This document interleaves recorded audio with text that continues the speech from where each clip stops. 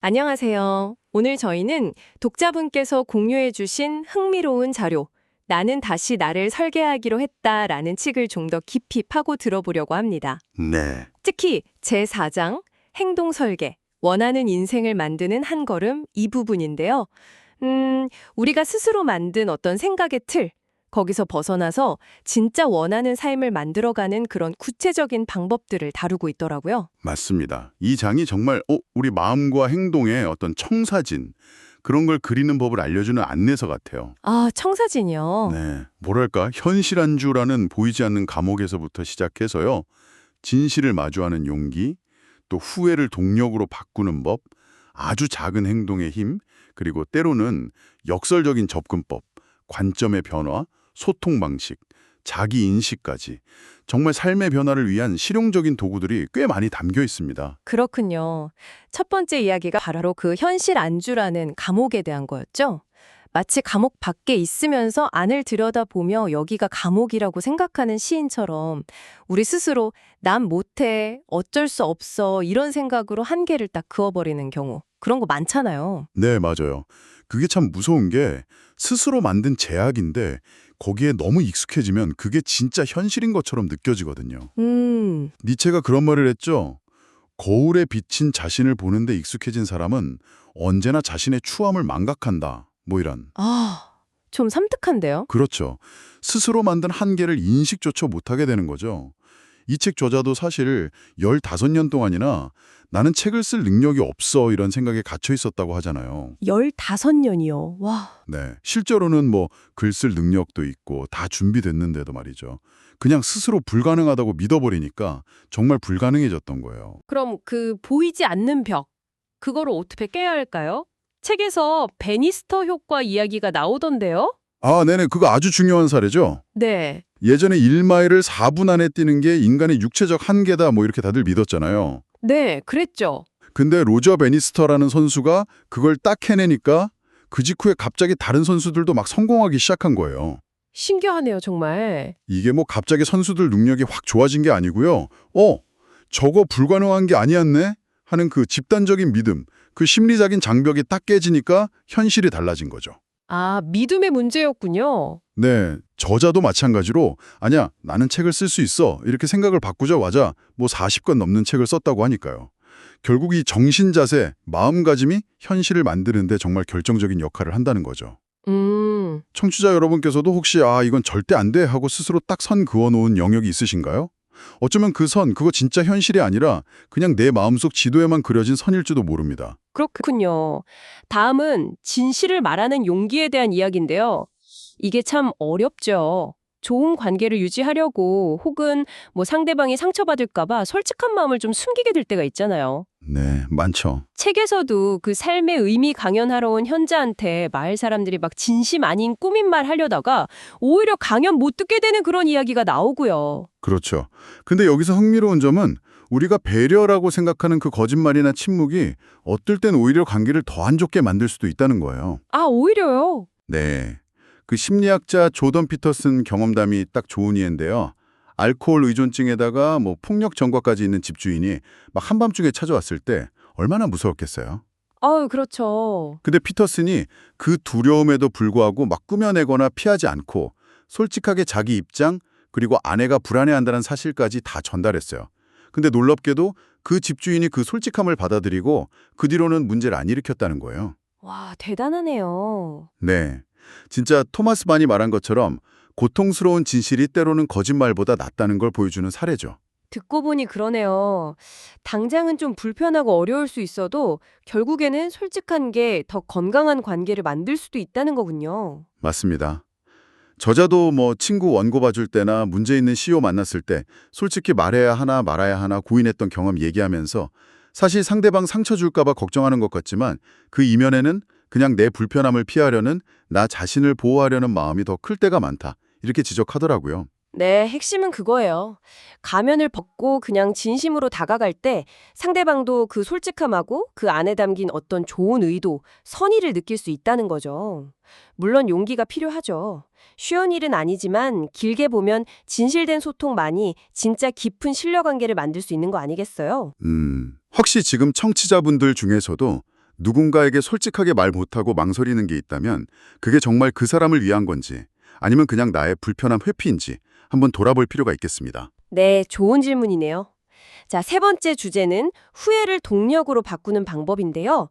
아무리 힘든 하루였어도 자기 전에 긍정적 반출을 하는 게 중요하다고 하죠. 그날 좋았던 점, 내가 잘 해낸 점, 배운 점 이런 걸 떠올리는 거예요. 네. 그리고 더 나아가서 반대로 좀 잘 못했거나 후회되는 순간 있잖아요. 그걸 떠올리면서 아, 다음번에는 이렇게 다르게 행동해야지 하고 구체적으로 상상 속에서 계속 연습하는 역방향 훈련이라는 것도 제시해요. 역방향 훈련이요. 네. 책에 나온 예시처럼 전 남자친구 전화 계속 피하기만 하던 셀린이라는 사람이 이 훈련을 통해서 실제로 전화 왔을 때 연습한 대로 깍 당당하지 자기 입장을 말할 수 있게 됐다는 거죠.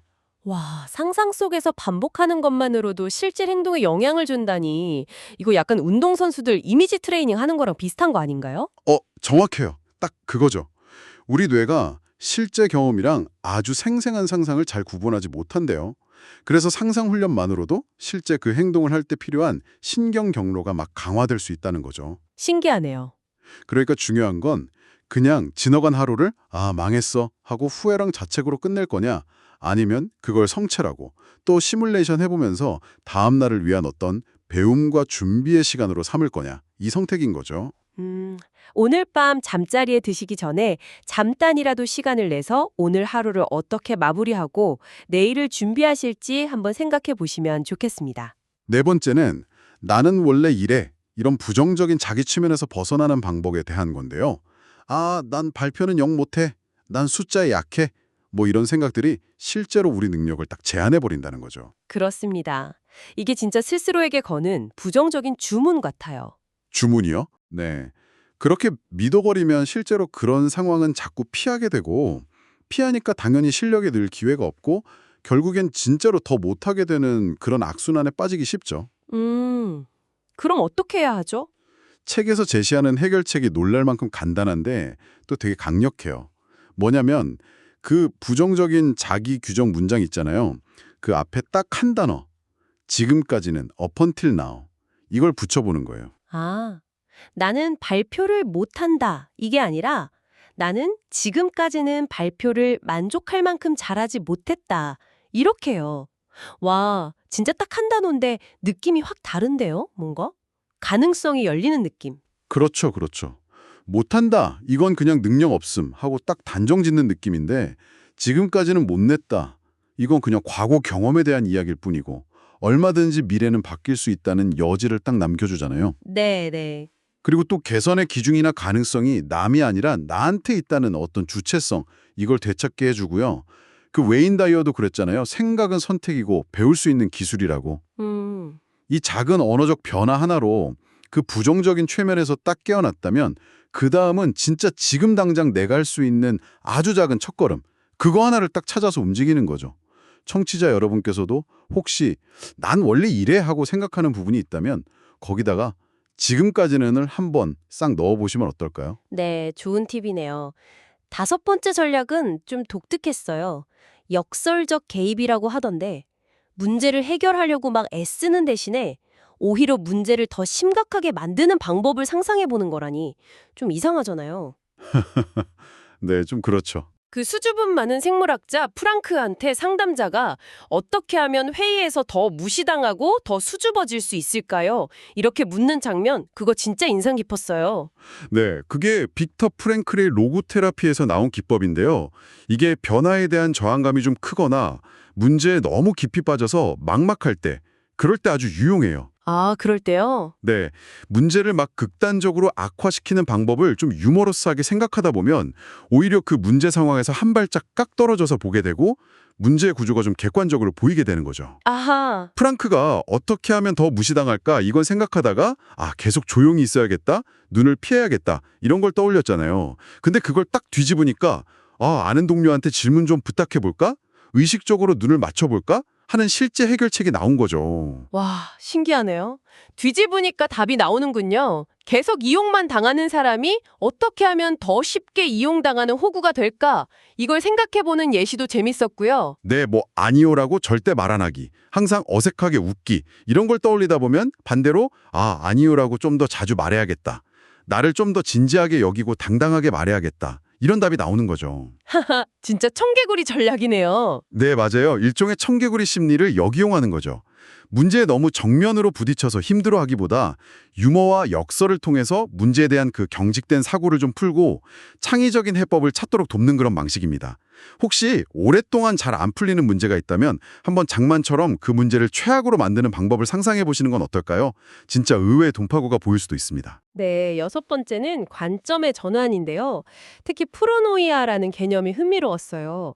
세상이 날 방해하는 것 같다고 느끼는 파라노이아, 편집증이죠. 그거랑 정반대로 세상이 나한테 좋은 일을 해주려고 막 공모하고 있다고 믿는 관점이라니 좀 신선했어요. 네, 그렇죠. 같은 교통체증 상황이라도 파라노이아 관점으로 보면 진짜 온 세상이 날 방해하네 이렇게 되지만 프로노이아 관점에서는 덕분에 잠시 쉴 시간이 생겼네. 이 팟캐스트 마저 들으라는 건가? 뭐 이런 식으로 긍정적으로 재해석될 수 있는 거죠. 하하. 물론 이것도 뭐 객관적으로 보면 비이성적인 믿음일 수 있죠.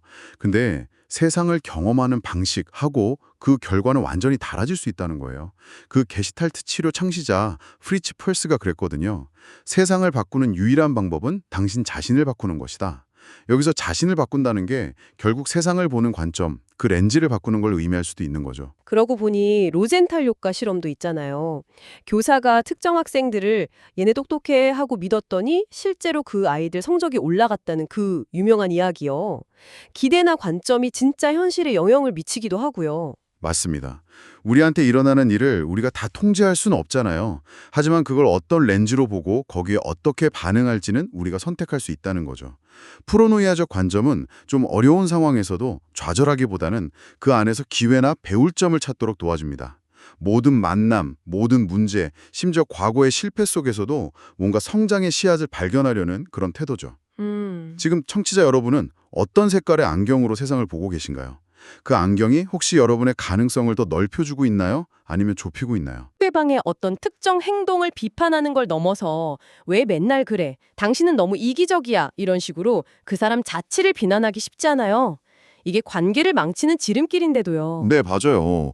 근데 그런 비난 뒤에는 종종 투사라는 심리 기제가 숨어 있을 때가 많아요. 투사요? 네, 그러니까 내 안에도 있는데 내가 인정하기 싫은 어떤 면, 예를 들어 뭐 인색함이라든지 냉소적인 태도라든지 이기심이라든지 그런 걸 상대방한테서 딱 봤을 때 유독 화가 나고 비난하게 되는 거죠. 다른 사람의 어떤 점이 이상하게 거스린다면 어쩌면 내 안에도 비슷한 구석이 있기 때문은 아닌지 한번 돌아볼 필요가 있다는 겁니다. 뼈 아픈데요. 그럼 이런 비난 대신에 어떻게 소통해야 할까요? 책에서는 비난을 소망으로 바꿔라 이렇게 제안하던데요. 네, 그거 아주 효과적인 방법입니다. 예를 들어 왜 내 말을 무시해요? 이렇게 비난하는 대신에 그 비난 속에 사실 숨어있는 나의 진짜 욕구, 즉 내 말에 좀 더 귀 기울여주면 좋겠어요. 그러면 내가 좀 존중받는다는 느낌이 들 것 같아요. 이렇게 표현하는 거죠. 비난이 아니라 나는 이랬으면 좋겠다는 소망으로요? 그렇죠. 비난은 상대방을 방어적으로 만들잖아요. 근데 나의 소망을 전달하는 건 나의 필요를 솔직하게 드러내고 같이 해결책을 찾도록 좀 유도하는 거죠. 이게 자기 비판에도 똑같이 적용될 수 있어요. 난 너무 게을러 터졌어. 이렇게 자책하는 대신에 내가 좀 더 꾸준히 운동하면 좋겠다는 소망으로 바꾸면 자책에 머무는 게 아니라 행동 계획으로 나아가기 쉽죠. 오, 그러네요. 불만이 생길 때 그 밑에 깔린 나의 진짜 소망이 뭘까? 이걸 잠시 멈춰줘 생각해보는 습관. 이거 한번 들여보시면 어떨까요? 네. 여덟 번째는 외부의 평가나 시선에 흔들리지 않는 내면의 힘, 그러니까 자존감에 대한 이야기인데요. 스포츠카 몰던 백만장자가 길에서 농부가 돼지! 하고 외치는 걸 듣고 나한테 욕했어? 하고 막 분노하다가 진짜 돼지랑 쾅 부딪히는 그 이야기 나오잖아요. 네네. 타인의 말이나 행동을 너무 쉽게 나에 대한 공격으로 받아들이는 경향, 이거 진짜 많은 것 같아요. 맞습니다. 우리는 다른 사람의 의도를 너무 쉽게 단정짓고 혼자 상처받고 그러죠. 근데 대부분의 경우에요. 다른 사람의 행동은 그냥 그들 자신의 상황이나 생각에서 나온 거지 나를 일부러 겨냥한 게 아닐 때가 훨씬 많거든요. 여기서 중요한 게 에고하고 자아, 그러니까 참나라고도 하죠. 이 둘을 좀 구분하는 거예요. 에고는 외부 평가에 막 기뻤다 슬펐다 하고 남이랑 비교하면서 불안해하고 모욕감도 느끼고 그러지만 진짜 자아는 외부 상황이 어떻든 상관없이 자기 가치를 스스로 인정하고 내면의 평온함을 유지하는 거죠. 아, 그 7호사가 50유로 지폐를 막 발로 밟고 더럽혀도 그 돈의 가치는 변하지 않는다. 이걸 보여준 예시처럼요. 외부의 평가가 우리의 본질적인 가치를 훼손할 수는 없다는 거군요. 바로 그거죠. 진짜 자존감은 다른 사람이 나를 어떻게 보느냐에 달린 게 아니라 내가 나 자신을 어떻게 존중하느냐에 달려 있다는 겁니다. 내가 누구인지 아는 사람, 자기 중심이 딱 서 있는 사람은 외부의 시선이나 비판에 그렇게 쉽게 흔들리지 않고 자기 길을 갈 수 있는 거죠. 여러분은 자신의 가치를 어디에 두고 계신가요? 계속 변하는 바깥의 평가인가요? 아니면 내면의 중심인가요? 네, 드디어 마지막 9번째 주제입니다. 성공의 상한선 깨기. 저는 이 부분이 좀 충격적이었어요. 동굴에서 구조된 여자가 결국 그 밝고 편리한 병원 대신에 익숙했던 어둠 속 동굴로 다시 돌아갔다는 이야기요. 아니, 성공이나 행복 앞에서도 두려움을 느낄 수 있다는 거잖아요. 네, 그렇습니다. 우리 안에는 자기도 모르게 나는 뭐 이 정도까지만 누릴 자격이 있어 하고 무의식적으로 설정해 놓은 행복이나 성공의 한계선 같은 게 있을 수 있다는 거예요. 아, 그런 게 있어요. 네. 그래서 이 선을 넘어서는 좋은 일이 생기면 오히려 불안해져서 스스로 그 성공을 망쳐버리거나 아니면 익숙했던 과거 상태, 뭐 가난이라든지 외로움이라든지 그런 상태로 다시 돌아가려는 경향이 나타날 수 있다는 거죠. 책에 나온 그 우도 씨 사례처럼 부동산 거래로 큰 돈을 벌었는데 결국 도박이랑 투자 실패로 다시 쫄딱 망해서 가난해진 경우요. 아, 안타깝네요. 어쩌면 우리가 넘어야 할 가장 큰 장애물이라는 게 무슨 외부 환경 이런 게 아니라 우리 스스로 그어놓은 이 보이지 않는 선, 그거일 수도 있겠네요. 그 카프카 말처럼 장애물을 찾는 데 시간을 낭비하지 말라.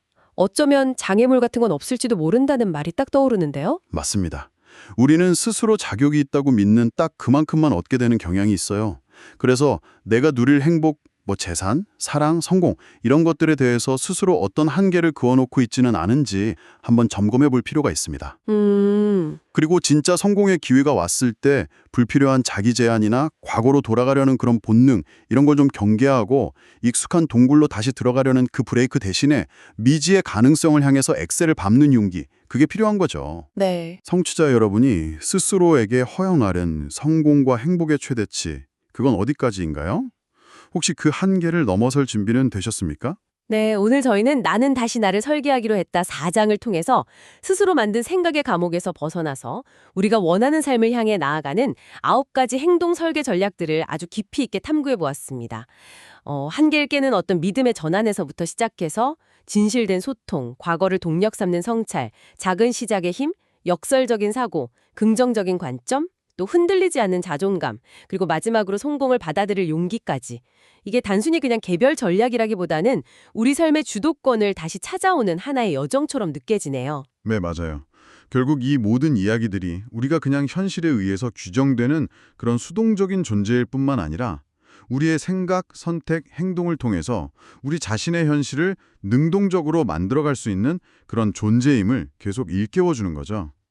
변화라는 게 때로는 익숙한 것들을 떠나야 하니까 두렵게 느껴질 수도 있지만 그 한 걸음을 내디딜 때 비로소 새로운 가능성이 펼쳐지는 거 아니겠어요? 네, 오늘 탐구를 마무리하면서 청취자분께 이런 질문을 한번 던져보고 싶습니다. 만약 지금 당장 당신의 삶에서 이것만큼은 진짜 좀 바꿔보고 싶다고 느끼는 너무나 익숙해서 오히려 벗어나기 어려운 그런 생각이나 행동 패턴이 있다면 그건 무엇인가요? 그리고 당신을 계속 그 안에 머무르게 하는 자꾸만 당신을 뒤로 끌어당기는 당신 안에 그 익숙한 동굴, 그건 어떤 모습일지 한번 떠올려 보시는 건 어떨까요?